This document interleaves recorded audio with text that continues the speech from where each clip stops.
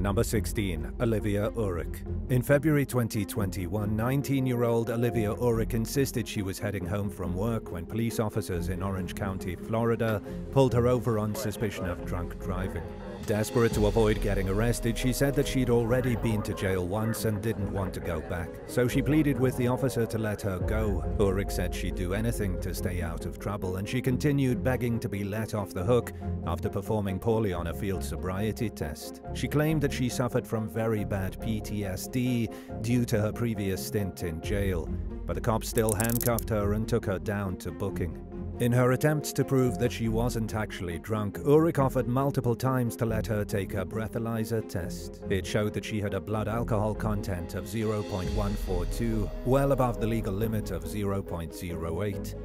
She luckily avoided prison time and was sentenced to community service instead. The judge also ordered her to donate $500 to a non-profit organization of her choice, and her car was impounded for 10 days. A few months earlier, in late 2020, Urik had been arrested for battery, burglary, and criminal mischief. Then, about a month before her DUI arrest, she was detained for resisting arrest and disorderly conduct. Records show that Urik is currently facing even more criminal charges in court, but the details of the case are unclear. As of late 2023, her LinkedIn profile stated that she was studying hospitality administration and management while attending the University of Central Florida.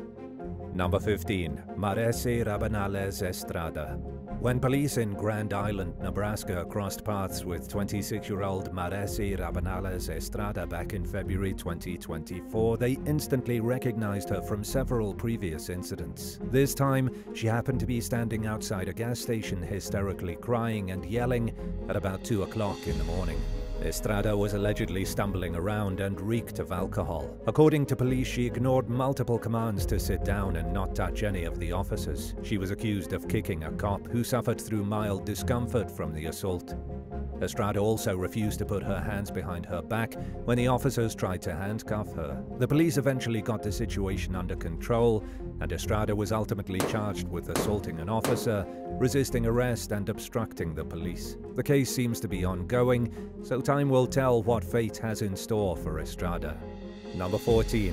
Casey Michael Lewis. In April 2019, less than 15 minutes after being released from the St. Lucie County Jail in Fort Pierce, Florida, 37-year-old Casey Michael Lewis was back in custody. The previously convicted burglar hadn't even fully left a detention facility's grounds when he was seen acting suspicious and checking vehicle doors in the parking lot. Surveillance footage caught Lewis entering an unlocked car and sitting in the driver's seat for a couple of minutes before he got out and continued pulling door handles and looking through car windows. When an officer finally approached him, he claimed that he was waiting for his girlfriend to pick him up, but he was carrying a bag filled with stolen items from one of the vehicles, including an iPhone, several packs of cigarettes, a debit card, a driver's license, and over $500 in cash. Needless to say, Lewis found himself back behind bars, this time on suspicion of burglary, grand larceny, and possession of stolen property. Number 13. Darwin Baton.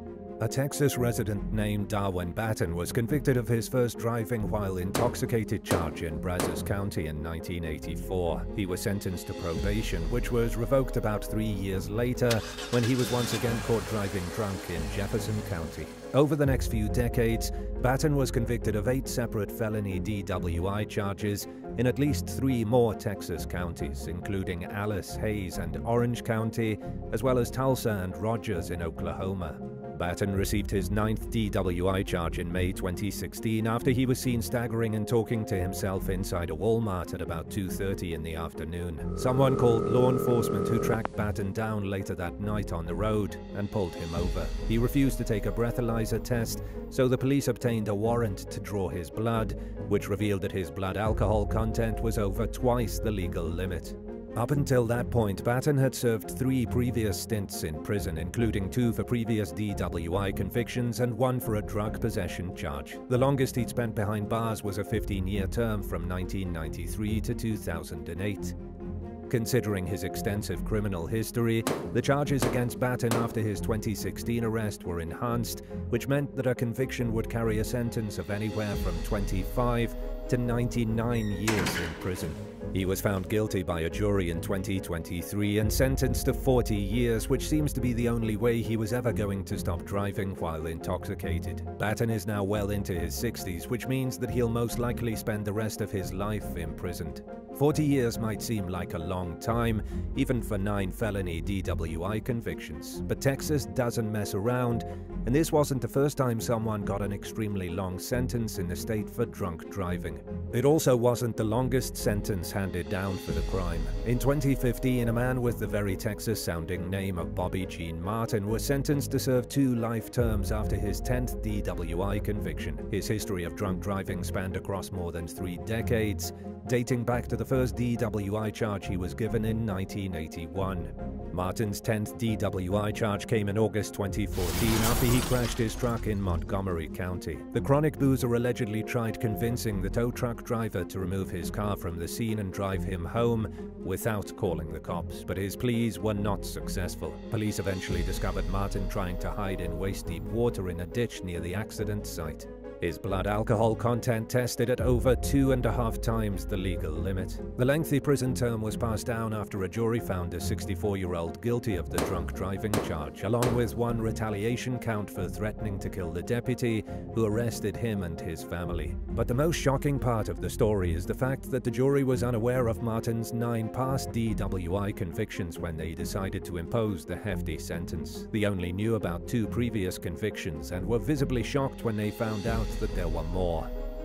Number 12. Nicholas Tillard. In early 2023, 34-year-old Nicholas Tillard allegedly choked his wife until she fell unconscious at their home in Hillsborough, Ohio, and stopped another household member from calling 911. Court documents claim that when the victim regained her consciousness, Tillard slammed her head hard into a doorway.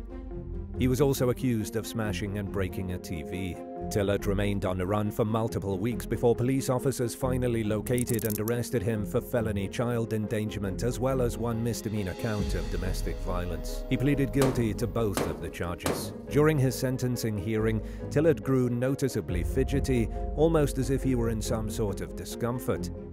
But it's obvious that the only real pain he was feeling was the thought of doing jail time, and it was apparently enough to make him run out of the courtroom in a last-ditch effort to hold on to his freedom. He managed to make it out of the courthouse and threw law enforcement off his trail, but they found him hiding in a nearby house just hours later. Tillard was not charged for his escape attempt, but received a 1-year sentence for his other various crimes. Number 11. Jesus Ponce.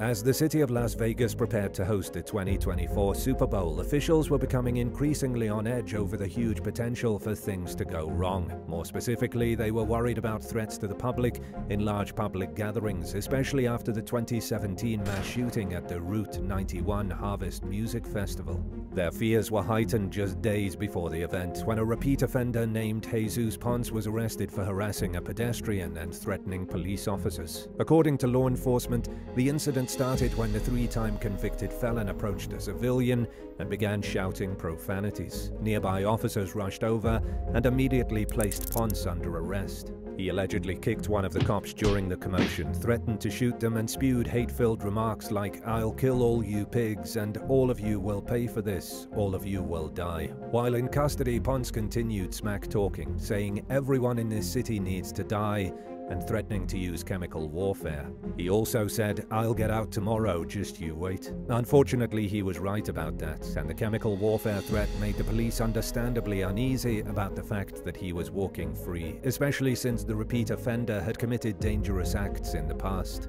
Prior to his most recent run-in with the cops, Ponce had been arrested at least 75 different times in the city of Las Vegas. He'd been convicted of 3 separate cases of arson, which took place in 2019, 2020, and 2023. In the past 2 years alone, he'd accumulated 8 trespassing violations at Caesar's Palace. Thankfully, authorities were prepared for whatever Ponce might throw their way, even though they hoped not to have any issues. Over 750 members of federal law enforcement agencies were tasked with helping to keep the city safe throughout the game, and more than a year was spent preparing for the security needed during the event. Ponce hasn't made any recent appearances in the morning news, which most likely means that he kept his nose out of trouble for the day. Number 10. Sarah Jagger.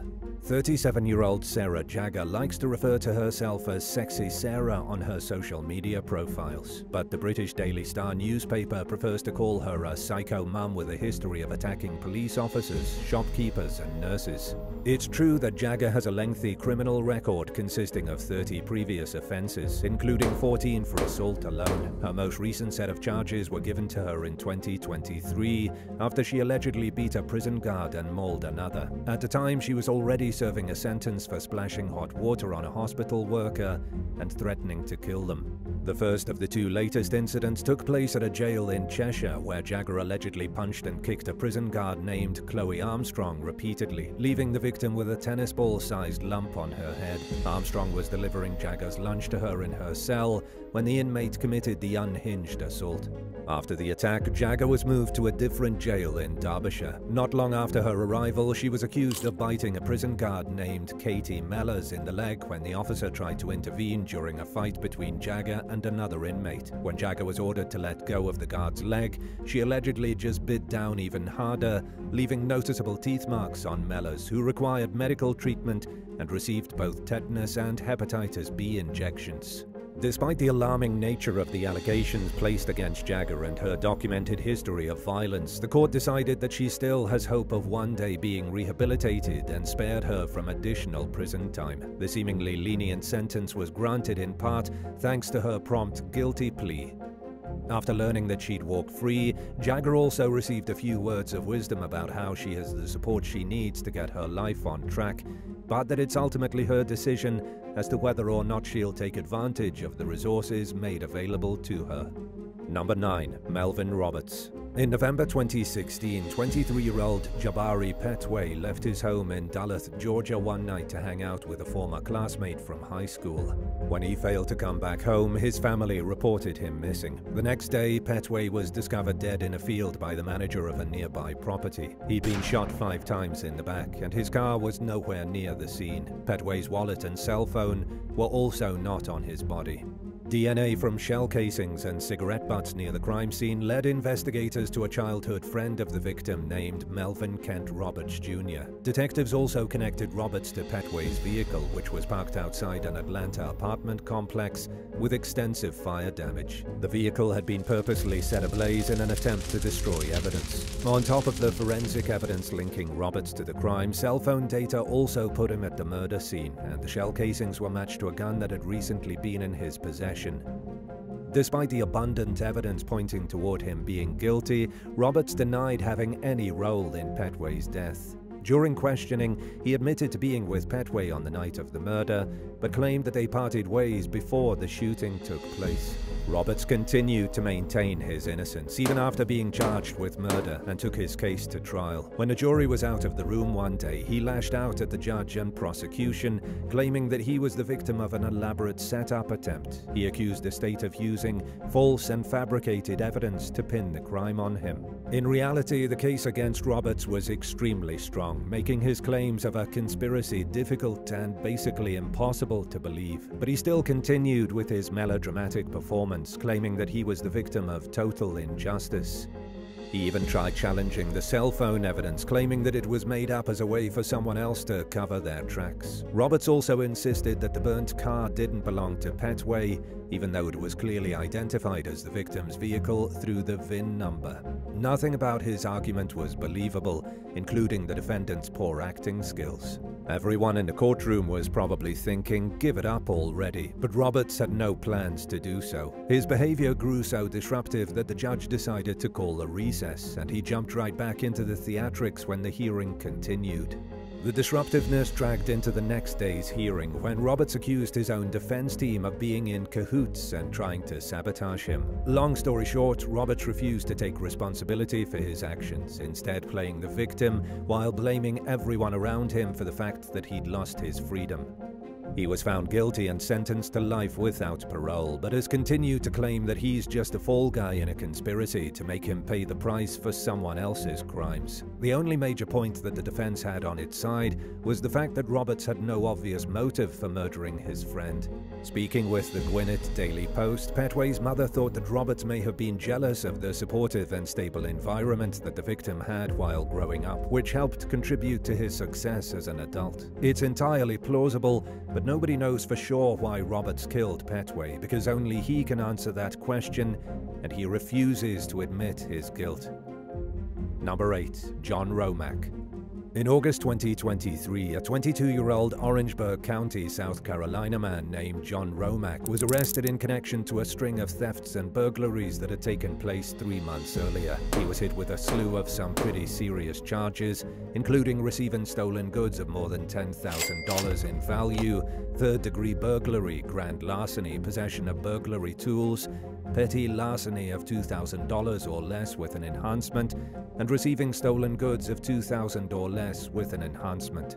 Police officers traced a good amount of stolen property to Romack, including a Chevy truck, hundreds of dollars worth of lumber, high-quality welding equipment, a generator, and more. Thankfully, most of the items were returned to their rightful owners. After his arrest, Romack posted bond and was released from custody while awaiting the outcome of his case. He repeatedly failed to show up for court and was also facing charges in the neighboring Berkeley County for multiple grand theft counts and even attempted murder. The charges were still pending when Romack was once again arrested in March 2024 on a whole new batch of crimes, including resisting arrest, failure to stop for a blue light, driving under suspension, as well as 3 counts of possession of a stolen vehicle.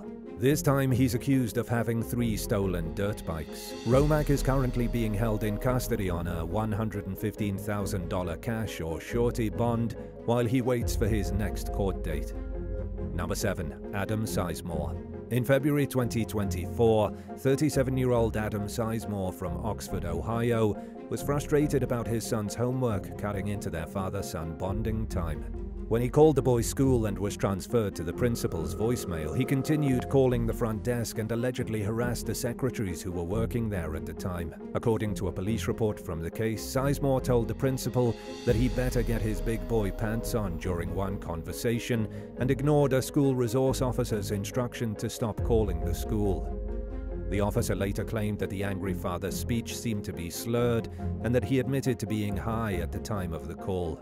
The school eventually stopped taking calls from Sizemore's numbers, so he called the local police department and took his frustrations out on the dispatchers who were on duty that day. During one conversation, Sizemore allegedly demanded to know the dispatchers' names and demanded to speak with the police chief. When the dispatchers refused to put the chief on the phone, Sizemore reportedly made another demand that they send the police chief to his house. He was accused of calling the department at least 18 separate times, even calling one officer a B-word and threatening to get her fired. Officers eventually did report to Sizemore's home, but he allegedly refused to answer the door and instead kept calling the station. The police chief eventually picked up the phone, but he hung up when Sizemore suddenly began cursing at him. According to law enforcement, Sizemore called the school a few more times the next day and left harassing voicemails. Sizemore was arrested on misdemeanor charges of menacing and telecommunications harassment. In a voicemail made to Today.com, he explained that he's a single father of 2 children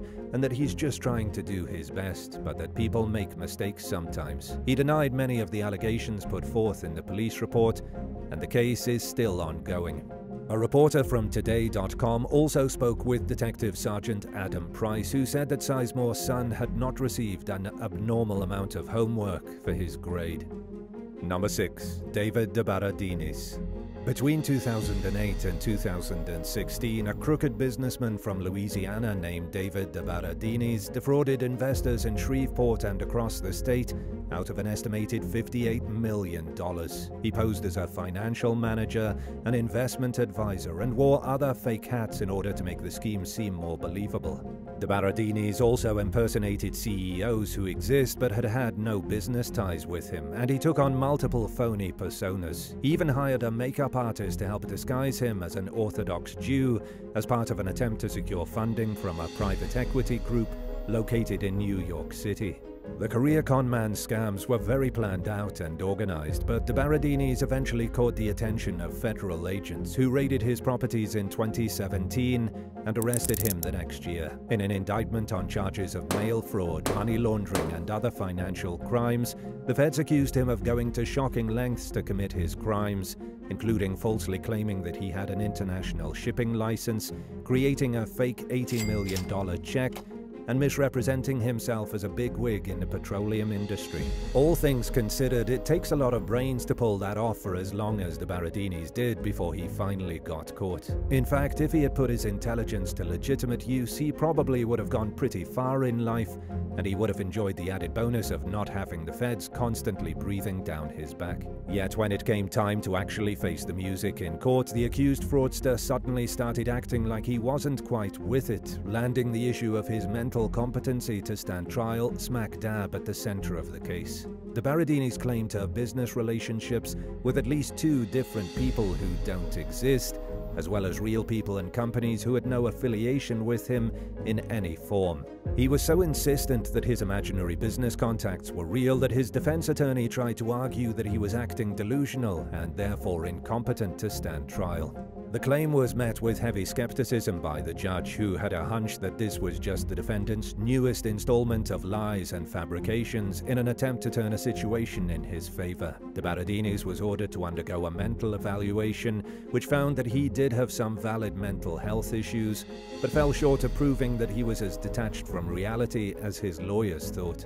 After reviewing the evaluation results, U.S. Magistrate Judge Mark Hornsby concluded that Dearinis was not only competent to stand trial, but that he was far more competent than the majority of defendants who end up in criminal court. In a written ruling, he wrote that just because someone is diagnosed with a disorder or suffers from a mental shortcoming, it does not automatically mean that they're incapable of participating in their case on the level that's required for someone to be competent. Hornby further stated that he didn't believe the accused scam artist's competency would have even been called into question if Dearinis had not been so adamant about his imaginary business relationships. He also pointed out the possibility that Dearinis was fully aware that his connections were built upon lies, but that he simply refused to admit it, even when his lies had been disproven. He finally owned up to at least one of his wrongdoings in 2021 by pleading guilty to 1 count of wire fraud as part of a plea agreement with prosecutors. Dearinis was sentenced to serve 15 years in federal prison, followed by 3 years of probation, which means he'll be in his late 70s when he's finally released. Number 5. Tiffany Hendrick. Atlanta police officers encountered a familiar face in 2024 while responding to a burglary call made from the Hudson Grill restaurant in the city's Midtown neighborhood. The suspect, 48-year-old Tiffany Hendrick, had dozens of previous arrests under his belt and was somehow still walking the streets free, giving him the opportunity to continue getting into trouble. In this particular case, Hendrick allegedly broke into the restaurant early in the morning. He set off the alarm and was caught red-handed with a plastic bag full of liquor bottles at the scene. Hendrick acted confused about why the police were there to stop him, even though he'd left the restaurant's back door open and the bottles in his possession seemed to be missing from the bar. He was booked into the Fulton County Jail on a burglary charge, although he probably wouldn't be there for that long, because that never seemed to be the case for him.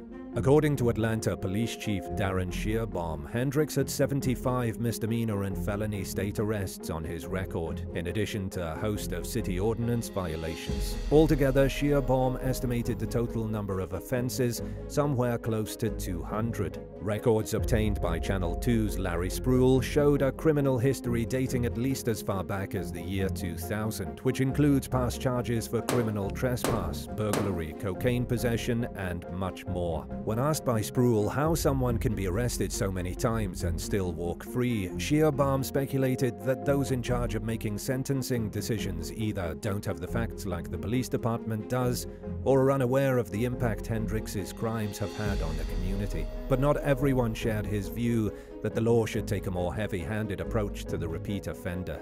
Describing Hendricks as a great example of someone who needs mental health and potentially addiction resources, a local resident named Courtney Smith told WSB-TV News that she doesn't think locking him up is the best answer. She believes that Hendricks suffers from substance abuse issues and that there have been countless missed opportunities to get him the help he needs to become a less disruptive member of society. It's a complicated situation and there are no easy answers, but local law enforcement has started keeping closer track of repeat offenders like Hendricks. Their approach to the problem remains to be seen. Number 4. Amanda Stiles. Child custody battles can get pretty ugly, so most family court judges are used to dealing with both attitude and drama. Texas Judge Drew Tenike was no exception to this, and he remained impressively calm when a young woman named Amanda Stiles started mouthing off during a hearing held over Zoom in 2021. Stiles was caught up in a custody dispute with the father of her child, Ryan Parnell, whose lawyer filed motions asking the court to drug test Amanda.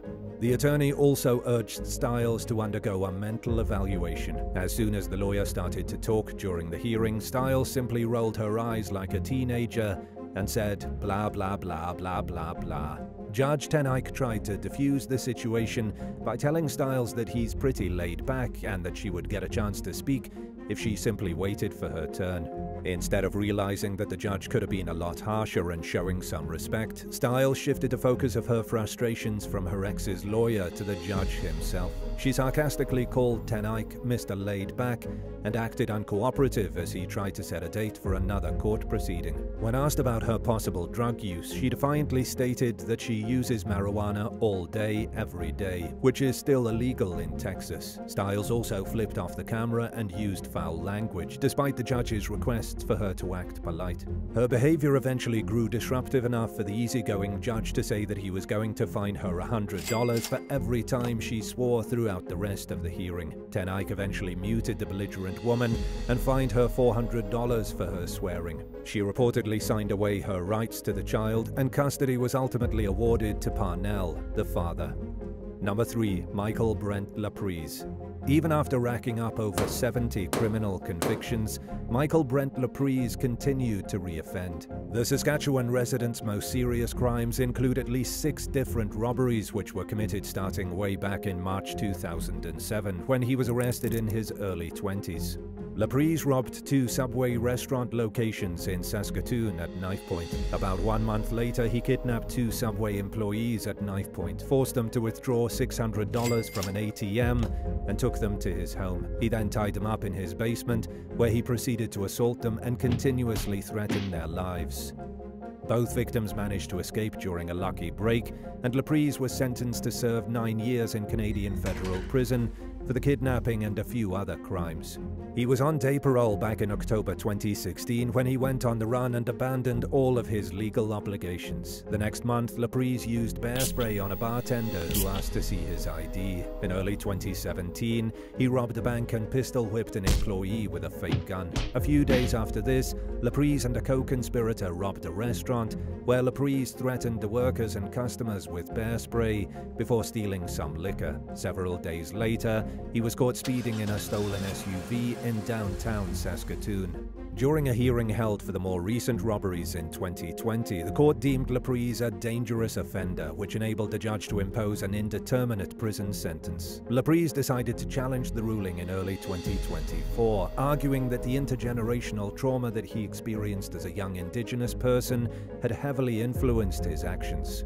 The court agreed to remove the dangerous offender label and overturn his indeterminate sentence after this. Laprie was then reclassified as a long-term offender, which allows the court to factor in the severity of a person's crime while also considering factors like intergenerational trauma. He was resentenced to 9 years in prison, followed by 10 years of probation. Hopefully, that's enough time to set him on the right path.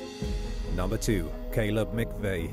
28-year-old Caleb McVey from Bernalillo County, New Mexico, has been charged with driving drunk 6 different times. 4 of these arrests took place during the first few weeks of 2024. His most recent DWI came in mid-February when he was found asleep in his car in the drive-thru lane of a Whataburger restaurant.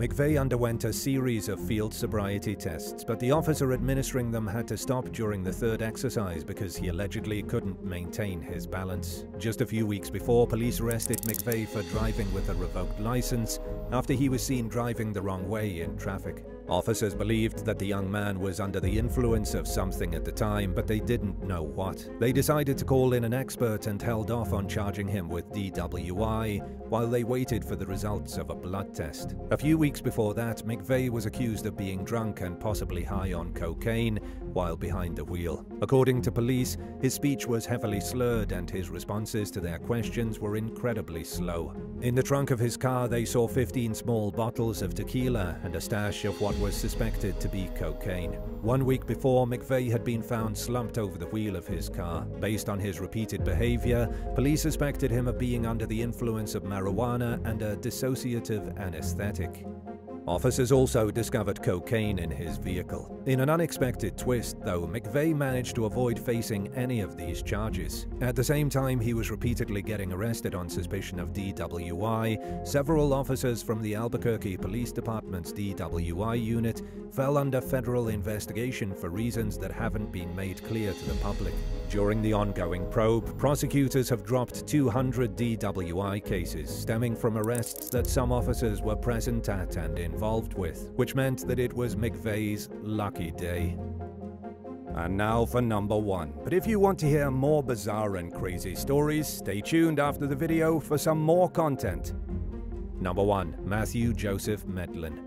When Matthew Joseph Medlin first started getting in trouble with the law in 2002 at the age of 18, his mugshots depicted a clean-shaven young man who'd perhaps made a few poor choices, but could still save his future if he started making some better decisions. But this wasn't the case for very long.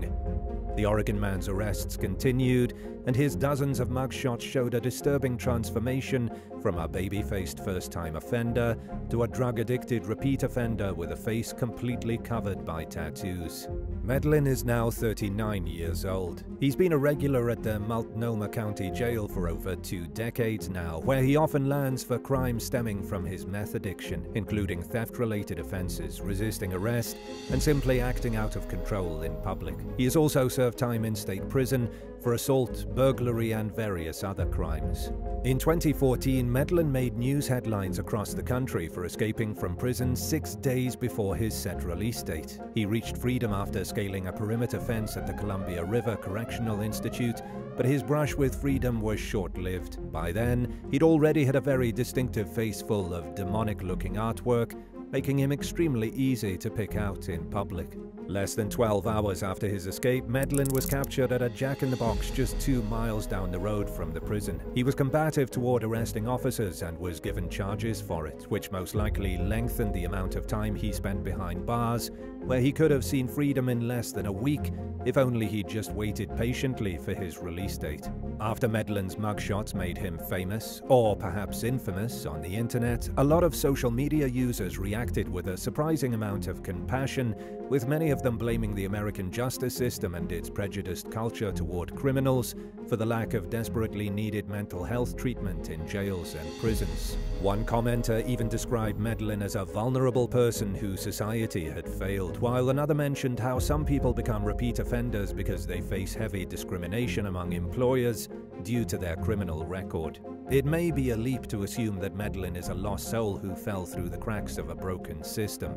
He's committed a few serious crimes, including assaults against vulnerable victims. You know, the kind that land someone on an offender list for the remainder of their life. But most people would probably agree that there was a point in his life when he was much more capable of going down a better path, before he was covered in demonic-looking ink that undoubtedly makes it difficult, if not impossible, for him to land a decent job. 10. Scott Taylor. One of the strangest encounters that police in Titusville experienced last year involved a sword-wielding man who emerged from behind 4-foot-high flames in the middle of the road. Officers spotted the fire during their routine patrol. When they stopped to see what was going on, the man appeared. In addition to brandishing a weapon, he was drinking alcohol at the scene and had a knife in his waistband. The blaze was occurring in front of the house of a man named Scott Taylor, who the authorities had gotten to know pretty well through frequent visits stemming from criminal complaints. In fact, they had been to Taylor's residence 5 times over the previous 6 months for the same exact reason. As it turned out, the man had a thing for starting illegal fires on the sidewalk and the road, and it had become an ongoing problem. Taylor was sitting in his front yard when officers approached. He was chugging from the half-gallon bottle of rum in his hand, but he cooperated when the cops told him to drop his weapons. When asked why he started this most recent fire, Taylor had no answer. Police took him into custody and charged him with intentional or reckless burning and felony criminal mischief. The suspect continued to misbehave from behind bars by breaking an overhead sprinkler and intentionally flooding his cell. 9. Trey Cornwell.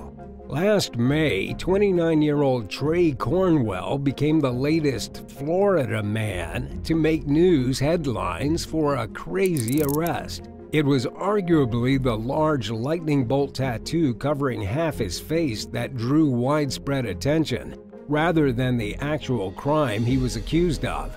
But that was also a strange story in its own right. The eccentrically inked man was accused of stealing an ambulance from a hospital in Hernando County while its crew was inside the emergency room dropping a patient off. He drove the emergency vehicle to the Miramar Beach area in Walton County and got it stuck in the mud and sand near the water. Cornwell left the ambulance at the scene and was later taken into custody. He was charged with grand theft auto and held on $10,000 bail. It wasn't his first rodeo with the law. A decade earlier, when he was 19, Trey had gotten into some trouble for allegedly stealing his stepfather's wallet. He was reportedly caught in the act, but sped off in his vehicle as his family members tried to stop him. The ordeal ended with Trey taking a sudden sharp right turn, causing a pursuing relative to be ejected from the truck bed. 8. William Hodge. Police officers in Daytona Beach Shores looked on in shock last year as a 32-year-old man named William Hodge tried to throw an alligator onto the roof of a building at around 3:30 in the morning. When the suspect failed to achieve his original goal, he grabbed the reptile by its tail and slammed it against the building's awning. Then he threw the creature to the ground and stomped on it before throwing it over his shoulder and against the ground one more time, according to the arrest affidavit. Hodge reportedly told officers that he jumped a fence and trespassed into a nearby miniature golf course, where he stole the gator. When the police asked Hodge why he committed the bizarre act, he reportedly said that he was teaching the gator a lesson. He was taken into custody and charged with animal abuse, possession and injury of an alligator, and unarmed burglary of an unaccompanied dwelling. And the trouble didn't end there. After he was apprehended, the suspect tried to flood his holding cell by clogging the toilet and drains with toilet paper. The good news is that the alligator received a clean bill of health and was returned to its home at the miniature golf course. 7. Antoine McDonald. Even the Easter Bunny got involved when a fight broke out one night outside an Orlando bar in 2019. Well, it was a man dressed as the Easter Bunny. His name is Antoine McDonald, and he jumped into the fray when he saw a woman getting punched, which made him feel like he had no choice but to come to her defense. Another witness said that they saw a man spitting on the woman before McDonald got involved. The costume-clad hero immediately began throwing punches in an attempt to break up the fight. Josh Maines, who manages the bar that the brawl broke out in front of, told NBC News that he was at a loss for words at what he saw after he heard a commotion and rushed outside. But he also admitted that he couldn't be too surprised, because that's how Sundays, fun days, go around here in Orlando. A police officer saw the scuffle and quickly broke it up. Viral footage showed McDonald throwing punches into the air even after the fight ended because he was still hyped up over the ordeal. At first, the cops thought the encounter was staged. They even threatened to arrest McDonald if they saw him engaging in any similar interactions in the future. But the Good Samaritan managed to clear up the confusion when he explained that he was just a bystander with good intentions, who sprang into action when he saw a woman in peril. 6. Melody Carr. When employees at the Country Inn and Suites in Ocala noticed a rowdy, bikini-clad woman at the hotel's pool last year, none of them remembered checking her in. The manager approached the unidentified guest and asked which room she was staying in. She reportedly became angry and walked away, refusing to disclose her room number because she didn't have one. The disruptive individual was 42-year-old Melody Carr, and according to staff members, she was causing a disturbance because the pool is for guests only. So the manager called the police and asked them to cite her for trespassing. An officer tracked her down at another nearby hotel, where she was walking her dog.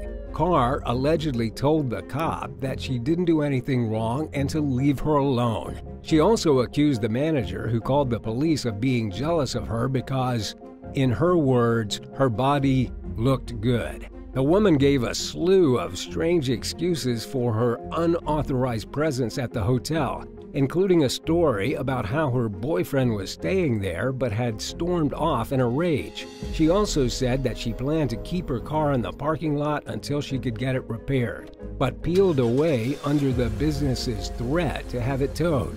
The responding officer smelled alcohol on Carr's breath and charged her with disorderly intoxication. 5. Dr. Love. When he was just 18 years old, Malachi Love Robinson managed to convince the public that he was a medical doctor. He claimed to hold multiple degrees, including a PhD and an MD, and his patients believed him. But the ruse didn't last very long. The so-called Dr. Love was caught stealing from his patients in 2015 and was charged with grand larceny. He argued that he never pretended to be a doctor and described himself as a naturopathic physician. But the court didn't buy the explanation, and the young man was sent to prison for 21 months.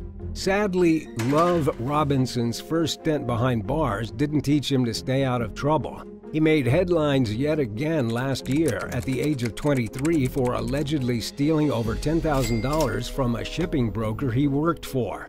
Authorities accused the man of having clients send money to his personal bank account rather than the company's account. Once again, Love Robinson found himself facing a grand theft charge, as well as fraud.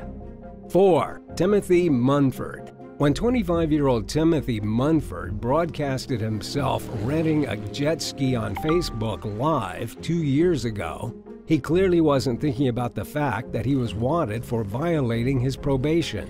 The carefree felon streamed a video of himself driving to Southside Jet Ski in Daytona Beach, making his whereabouts loud and clear to anyone who was watching. Unfortunately for Munford, law enforcement happened to be among his audience. In fact, he was still recording when police arrived at the scene and took him into custody. The entire arrest was broadcast on the wanted man's Facebook page. A spokesperson from the Volusia County Sheriff's Office noted that they considered Munford to be possibly armed and dangerous. A search of his vehicle turned up the handgun that he was rumored to carry, as well as a sizable stash of bullets.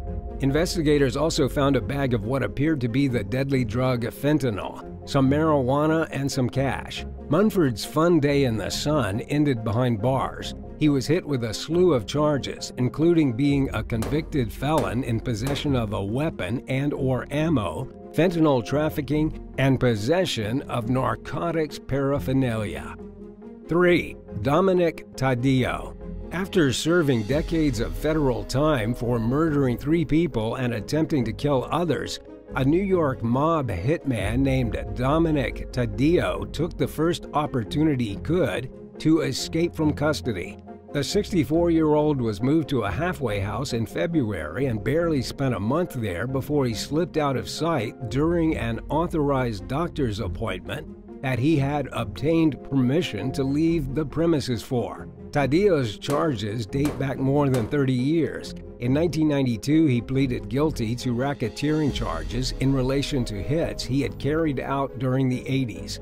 Even though he's from Rochester, New York, he served out his time at a medium-security facility northwest of Orlando in Coleman, Florida. Last year, the aging inmate requested an early release from a judge in western New York based on his ailing health. He suffers from numerous conditions, including hypertension and obesity, but the judge had no mercy and denied Taddeo's request after prosecutors argued that the man's medical records did not suggest that he was particularly unhealthy. Taddeo's life on the lam didn't last very long. Just days after escaping, he was captured at an apartment in Hialeah. Federal agents didn't explain how they tracked him down, but commended the U.S. Marshals involved in the search for their quick thinking and tenacious work. It wasn't the first time Taddeo managed to vanish from right underneath the watchful eyes of the authorities. Back in 1987, he went on the run after being released on $25,000 bail. He was gone for 2 years before law enforcement finally caught up to him and brought him to justice for the allegations he had tried to avoid facing. 2. Woman drives on airport runway. A 42-year-old woman recently held up flights at Southwest Florida International Airport near Fort Myers when she decided to crash her car through the gates and drive onto the runway. Operations were disrupted for roughly a half hour as she steered her vehicle through a restricted entry across the tarmac and towards a Sprint Airlines airplane. Authorities were quick to respond. It is an airport after all, and were met with extremely erratic behavior from the woman, who reportedly screamed obscenities at officers and threatened to blow their brains out. She refused to explain why she had rammed through a gate and driven onto the airfield. Thankfully, nobody was hurt during the bizarre fiasco. There was no damage to the runways, and there were no significant delays. Police charged the suspect with reckless driving, criminal mischief, violating a designated operational area of an airport, and threatening a public servant. She was released after posting a $205,500 bond and is free while the case works its way through court. 1. David Hines. Sadly, when the COVID-19 pandemic hit, many people misused the generous financial assistance that the federal government provided to prevent widespread economic disaster. In order to get the money to those who needed it urgently, it was much easier than usual for people to obtain funding that they may not have necessarily needed. Businessman David Hines took advantage of this easy access shortly after the pandemic began by submitting as much as $13.5 million in fraudulent loan applications to the Paycheck Protection Program, which was meant to provide relief to struggling companies. He claimed on the applications that he planned to use the money to issue payroll payments to his employees. The 29-year-old was ultimately approved for nearly $4 million in assistance, and he allegedly used the money not to keep his workers afloat, but for a high-end sports car and other frivolous personal expenses.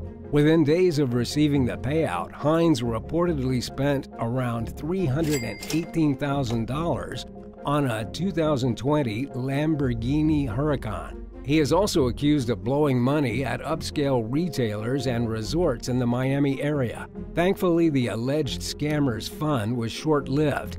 Authorities seized the Lamborghini and slapped Hines with several charges, including 1 count of bank fraud, 1 count of making false statements to a financial institution, and 1 count of engaging in transactions in unlawful proceeds.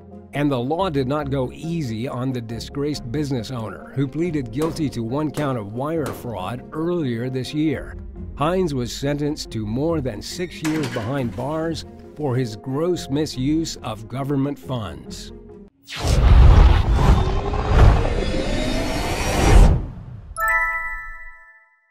Number 8. Patricia Eble. A bikini-clad grandma named Patricia Eble found herself in some hot water back in 2015 when she rear-ended a Ford Mustang with her BMW. She was driving her 10-year-old grandson home from a day at the pool in Naples, Florida, when the crash occurred. A local news crew captured the strange scene on camera as Collier County Sheriff's deputies administered a sobriety test to the barely clothed woman. She smelled strongly of alcohol, according to the arrest report, and allegedly she completely bombed the sobriety test. Police accused Eble of having a blood alcohol content of more than twice the legal limit and charged her with driving under the influence.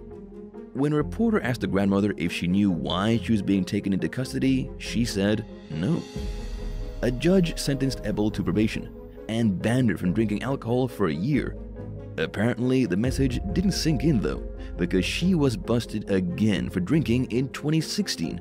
This time her blood alcohol content tested at more than twice the legal limit during her visit to a probation officer. Oh, Granny. Eble managed to sort out her legal issues, and in 2017, she opened up to Inside Edition about her scandalous run-ins with the law. She said that several people offered to buy the bikini she was wearing when she got her DUI, but that she held on to the two-piece. Patricia also admitted that she still drives around in a bikini, but that she wears a cover-up now, which perhaps isn't as crazy as it sounds, considering she lives in Florida. Number 7. Michael Swanson. Police in Midwest City, Oklahoma received an alarming call last year from a local resident named Jackie Roller, who said that her 13-year-old grandson Chris had been shot by a 69-year-old relative named Michael Swanson. Some news articles identify the suspect as the boy's grandfather, but it's unclear whether that was the case.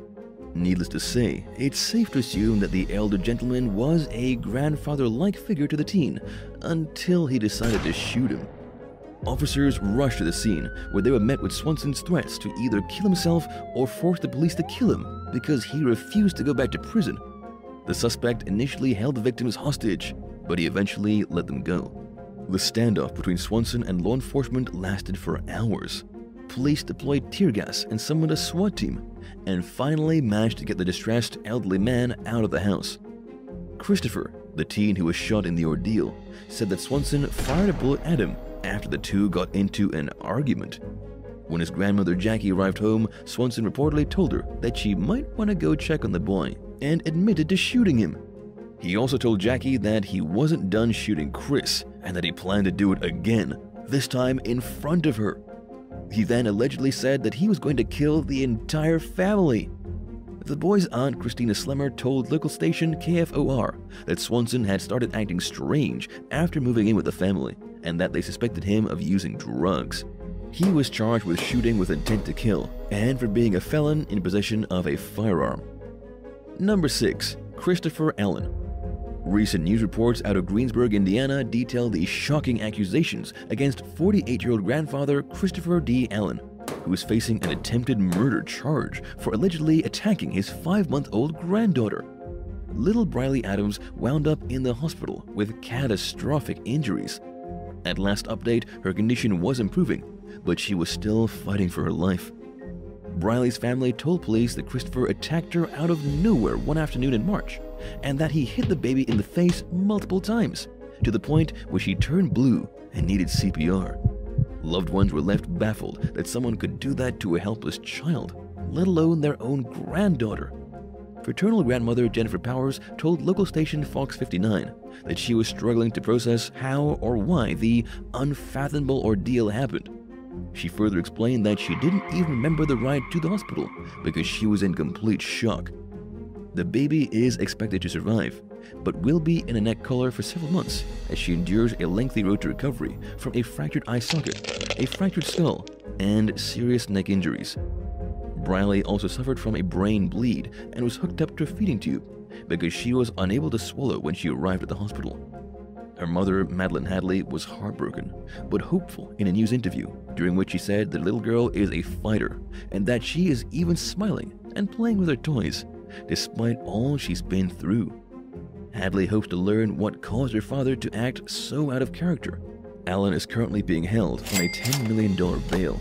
His trial is scheduled to begin June 7th. Number 5. Chuck Moser. Late last year, a 70-year-old grandfather from Virginia named Charles Chuck Moser was arrested for allegedly jumping off skyscrapers with a parachute. Someone had captured the incident on camera and reported it to the police. A subsequent investigation led them to Moer, who they have accused of trespassing onto private property in Fairfax County for the sake of jumping off a building that was under construction. Detectives also connected the suspect with 2 similar incidents that took place in 2020. Moer adamantly denied the allegations in an interview with Fox 5 DC. The military veteran, avid runner, home improvement contractor, and grandfather of 6 told the station that he's simply the fall guy for crimes that detectives have failed to identify the real culprit behind. The act of base jumping is not illegal in the area, but for safety reasons, it's definitely not recommended. Police have investigated numerous base jumping incidents in recent years, based on the fact that the jumper trespassed onto private property to carry out their daring deed. Moer was a suspect in at least 6 incidents, but he was never charged in civil cases due to a lack of evidence, and most of them exceed the statute of limitations at this point. In other words, it's too late to slap Moer with additional charges for incidents that happened a long time ago, whether he's guilty or not. The suspect is all too aware of how far back the allegations and police probes against him go, but he made sure to point out that there was a lack of proof behind the suspicions, including any fingerprints at the crime scene or footage revealing his actual face. Moer himself agrees that the area where the most recent incident occurred isn't very safe for base jumping. He faces 3 misdemeanor trespassing charges. His court date was set for February 12th, but we were unable to find any news updates on how the case played out. Number 4. Charlotte Simpson. In 2019, when a green minivan failed to pull over for flashing lights in London, Kentucky, police weren't just going to go away. They followed the vehicle until it pulled into a driveway and proceeded to question its occupants, 32-year-old Rebecca Jean Fultz and her 69-year-old mother, Charlotte Simpson. Officers originally planned to pull the minivan over for a simple traffic stop, but they soon realized that both women were wanted on outstanding bench warrants. Things took an even uglier turn when Rebecca refused to exit the vehicle, at which point Charlotte declared that there was a baby in the van. But the child safety seat was empty, and there were no signs of an infant at first glance. After rifling through the garbage-strewn, insect-infested vehicle filled with bags of trash and feces-covered clothing, the police found a 16-day-old baby boy on the floor between the 2 front seats. He was covered in ants, dehydrated, had a dirty diaper, and was struggling to breathe, according to the Laurel County Sheriff's Office. The agency also pointed out that the van had no air conditioning and the situation was dire. A deputy drove the ambulance to the hospital so that the paramedics could tend to the ailing child. Police arrested Fultz and Simpson on several charges, including first-degree criminal child abuse.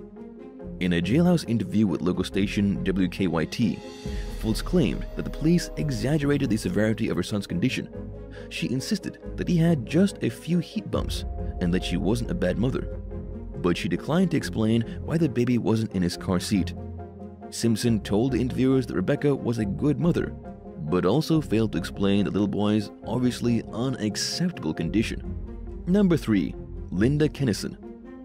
A 58-year-old grandmother from Connecticut named Linda Kennison made headlines on Thanksgiving this year when she was arrested in connection with the death of her 6-week-old grandson. Just days earlier, her daughter Crystal Krasowski had dialed 911 and reported that her baby was pale and that there was stuff coming out of his nose and that he was breathing lightly. He was rushed to the hospital where he died a few days later. A post-mortem examination found no clear signs of abuse, according to the state police. Kennison told investigators that she and Crystal had found the baby in his distressed state after placing him in a bassinet. But the women's stories didn't add up, so detectives pushed harder for information, hoping one of them would crack. Crystal allegedly admitted that she had smothered the boy for 20 minutes until he stopped moving because she was stressed out about life. She already had one child to take care of and didn't feel like she could handle another. When her son became still, she reportedly put him in a swing and simply carried on with her day. Kennison, who was at the home that day, admitted that she knew the baby wasn't breathing, but claimed that she had no idea Crystal had hurt him. They tried putting food in the child's mouth to make it look like he was alive and well, but it didn't work. When the deranged mother-daughter duo finally decided to call 911, Kennison allegedly told Crystal to lie to the police to avoid losing custody of her other child. During the call, she followed her mother's advice and claimed that the baby was breathing lightly. But this clearly wasn't the case, according to prosecutors. Police charged Crystal with first-degree manslaughter. Kennison was charged with risking injury to a child. Number 2. Drinking on an empty stomach. Police in Broadview Heights, Ohio, recently responded to a call about a car accident involving one vehicle on Interstate 77. The person who called 911 described seeing the car smashed against the guardrail with the driver slumped over the steering wheel. Officers arrived on the scene to find it as the caller described. The crash involved a silver Hyundai Elantra with Pennsylvania plates, a heavily damaged front end, and a missing front tire. According to police, the woman behind the wheel smelled strongly of booze and wasn't wearing a seatbelt. She reportedly complained that her wrist hurt and that she was on her way to her son's home to visit her granddaughter. The driver claimed that the vehicle hit a patch of ice while she was taking a quick second to look at her phone, at which point she lost control of the car. An officer noticed a wet spot on her pants while walking her to an ambulance, indicating that she may have urinated on herself. A search of the woman's car turned up several empty single-shot bottles of Fireball whiskey. She allegedly admitted to drinking the alcohol and taking oxycodone on an empty stomach earlier in the day. The grandma was taken in on a slew of charges, including driving drunk, not wearing a seatbelt, failure to control, and open container. Number 1. Grandpa I. In early March, police on the Philippine island of Catanduanes charged a 63-year-old grandfather with nearly 1,500 counts of rape.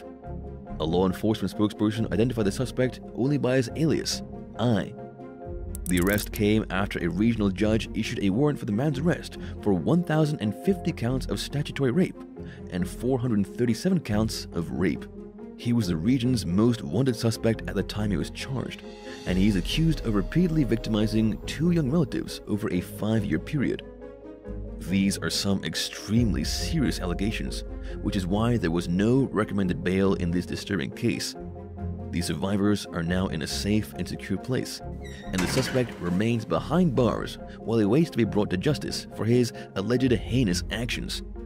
No maximum possible sentence has been announced, but in the Philippines, any rape charge can carry a life sentence.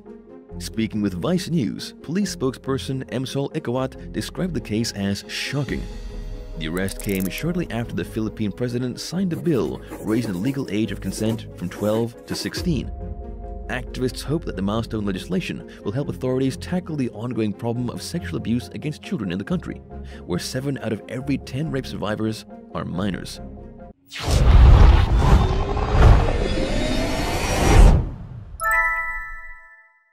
10. Violence against the pregnant. A football player for the Miami Hurricanes was arrested in 2021 after he beat a pregnant girlfriend. His name is Avonte Williams, and he was arrested in July on a single count of aggravated battery on a pregnant woman. According to the arrest report, officers with the Miami-Dade Police Department arrived at the apartment where Williams was living with his girlfriend. They'd been arguing because even though his girlfriend was pregnant with his child and they lived together, Williams was messing around with another woman. When confronted with his treachery, the football player kicked his pregnant girlfriend out of his apartment instead of owning up to what he did. At least he gave her the courtesy of packing some stuff up before she left. He went out for a bit, hoping that when he got back she would be gone. But when he returned, his girlfriend, now ex-girlfriend, was still packing her items into boxes. He was so mad that he grabbed her by the hair and started throwing her around. He then dragged her outside and threw her on the ground, and that was when the neighbors called the cops. Williams was ranked the top safety in the 2020 class. But after it came to light what he'd done, UM's athletics department dismissed him from the football program. He was also suspended from all team activities. In other words, he can look forward to never being a sports star ever again. 9. Bad volleyball players. 2 women's volleyball players for FAU walked into a fitting room at Macy's retail store in Boca Raton back in 2017. According to the Boca Raton Police Department, when they entered the fitting room, their bags were pretty much empty, but when they walked out, their bags were practically bursting. Emily Hines and Corinne Varney were arrested by the police for shoplifting. They tried to get away with over $1,400 in women's activewear clothing, along with a few choice pieces of Calvin Klein. They were busted by the asset protection representative at the retail store, who found the two young girls incredibly suspicious. They were carrying bags that were too big, they were acting dodgy, and they were clearly stuffing clothes into their bags while in the fitting rooms. The young women were arrested and charged with grand theft, then kicked out of Macy's forever. But all these years later, the horrible mistake of shoplifting hasn't completely ruined their lives. In fact, it actually looks like getting caught helped to push the young women back on the right path. 8. Spitting on the fans. UCLA basketball player Mac Etienne got in some big trouble in early 2022 for allegedly spitting on fans during a game. It's important to note the fans were from the rival team. It was still a pretty unsportsmanlike thing to do. It happened after his team lost to the University of Arizona at the McKale Center in Tucson. After he lost, as he was returning to the locker room, he started spitting on the fans. Then, once he was in the locker room, the university police officers detained him for assault with the intent to injure, provoke, or insult another person. He was arrested and taken away, though the police never put him in handcuffs. It's a weird situation, and one that's still ongoing. As of right now, Mac has pleaded not guilty to what became a misdemeanor assault charge. The case will probably be going on for the better part of the rest of 2022. 7. The 2006 murder of Brian Patter. In 2021, an arrest was finally made in the case of Brian Patter, the murdered football player for the University of Miami. He was shot to death almost 15 years ago outside his apartment building in 2006. His murder had gone unsolved ever since. But now, police in Miami have finally confirmed that it was Rashawn Jones, Brian Patter's teammate from between 2004 to 2006, who did the killing. According to the detectives on the case, Brian, just 22 years old at the time and an NFL hopeful, was walking from his car to the staircase of his apartment building on November 7th. As he approached the building, he was shot in the back of the head. It was brutal, but at least he didn't feel any pain. There was no suffering or even fear. He was just walking, and then he wasn't alive any longer. After the murder, Brian's family was in disarray, especially because they had a pretty strong hunch that Rashawn Jones was responsible. But the police failed to put the evidence together that they needed to make an arrest. It took them a decade and a half to finally build up a case against him. The case basically consisted of phone records, a ping from a cell phone tower placing him at the scene of the homicide, and an eyewitness who identified Jones in a lineup. 6. A homeless man with a knife. Celia Barquin Arozamena was a star college golfer from Spain who met her untimely end while playing around near her campus in Iowa. It happened back in September of 2018. Celia was finishing her degree at Iowa State University and was one of the best golfers in school. She had been working toward joining the Pro Tour and was almost certainly guaranteed a spot. But on Monday morning, when she went to play her round alone, she ran into somebody she'd never expected. A homeless man had wandered onto the golf course with a knife. He stabbed Celia to death and then chucked her body in a pond. Her corpse was only discovered when another player found her abandoned golf bag and followed the trail of carnage. A man named Colin Daniel Richards, just 22, and already known to police for his history of violence, was arrested shortly after and charged with murder. According to investigators, Richards had an urge to kill a woman. That was his only motive. He'd wandered out from his homeless encampment near the golf course until he stumbled upon Celia, who just so happened to be in the wrong place at the wrong time. 5. Murder at a gas station. A former football player for the University of Georgia has been charged for a brutal shooting death that happened in March of 2021. His name is Akil Nasir Crumpton, and he was the wide receiver for the Bulldogs in 2017 and 2018. But in 2022, he was arrested in Philadelphia for murdering a gas station clerk. Crumpton walked into the gas station dressed entirely in black and holding a handgun. He simply walked to the counter of the racetrack gas station near the outskirts of Watkinsville and shot 23-year-old Elijah Wood to death. It was cold-blooded murder. Sadly, this is a tragic example of a promising career going straight down the toilet. Crumpton had earned himself All-State and All-Catholic honors while playing football at his high school. Then he played in college in California before being transferred over to Georgia. He remained relatively successful until 2021, at which point he dropped out and didn't graduate. After he left school, he became a murderer. We still don't know why he shot Elijah. He didn't even know him. Elijah was working graveyard shift by himself when Crumpton walked up and shot him for no reason. In the security footage, you can see him committing this crime, walking back and forth a few times in the store, and then leaving without taking a single thing. It's been devastating for Elijah's family, especially since it all seems so pointless. 4. Basketball star turned murderer. Tashawn Hightower was the Tulane College basketball star who turned into a murderer. The 22-year-old was arrested in April of 2020 on a homicide charge. Up until the murder, he'd been leading the Green Wave in scoring and had recently been declared for the NBA draft. But his dreams of stardom were shattered on April 8th when he got involved with a group of people who committed a homicide in Stockbridge, Georgia. The victim was Devontae Anthony Long, dead from gunshot wounds after he was caught in a violent confrontation. According to reports, Tashawn was with a group of 6 men, including his brother, when they confronted Devontae. Devontae had apparently pistol-whipped one of Tashawn's friends, and the confrontation erupted in gunfire. It's unclear who exactly pulled the trigger, although Tashawn's lawyer claims it was his brother. Whatever the case, and whoever pulled that trigger, all 6 men were involved in the murder and they're all going down. Hightower was immediately let go from his team and skipped over for the NBA draft. He was just over 1 week away from getting into the NBA, and he blew it to commit a murder. 3. The bizarre story of Nigel Brannon. Austin, PA football player Nigel J. Ron Brannon was arrested on charges of aggravated assault after he slashed another player's neck during a fight over a room key. It happened on July 22nd, 2021. It was about 7 o'clock at night in the University Landing Apartments. The victim and the football player, who happened to be roommates, were looking around for Brannon's key. The key had seemingly got lost, and Brannon wouldn't let his roommate leave until it was found. This turned into a really violent argument, at which point Brannon pulled out a knife. When the man tried to leave the situation, Brannon slashed him across the neck and cut his wrist.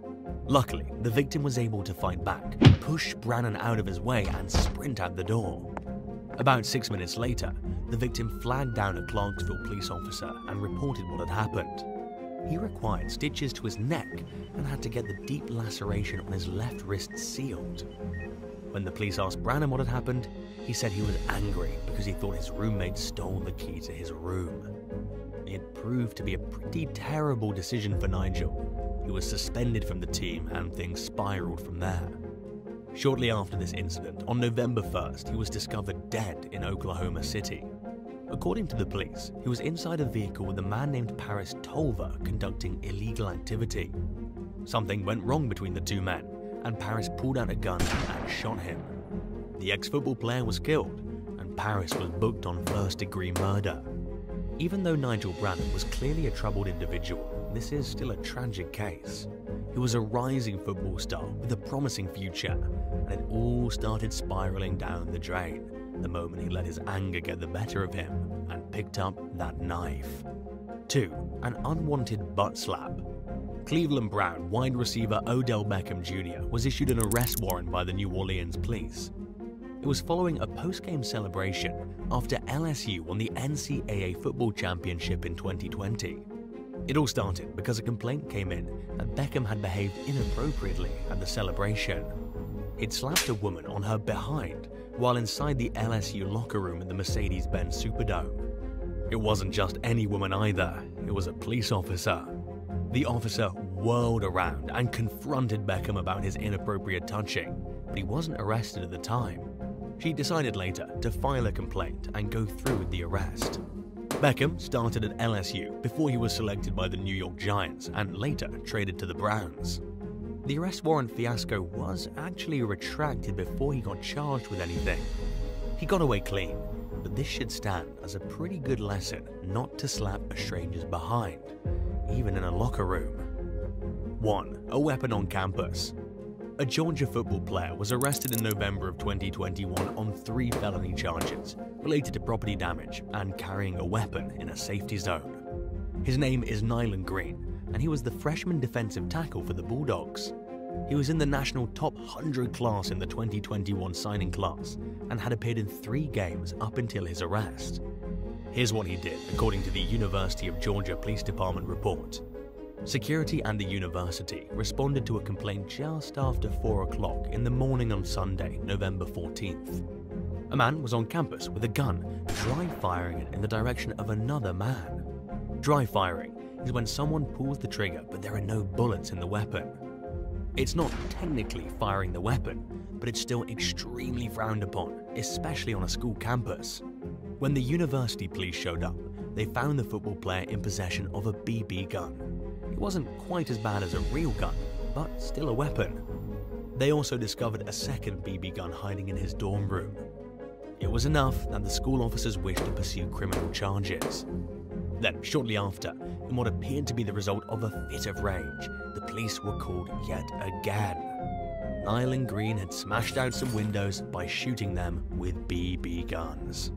Thanks for watching today's video. Stubbornness can work to a person's advantage, but it can also turn someone into their own worst enemy. Would you rather miss out on a high-paying job due to your hard-headedness, or waste a year of your life dating someone toxic because you ignored warnings from others? Let us know in the comments below, and remember to subscribe. See you soon. Bye.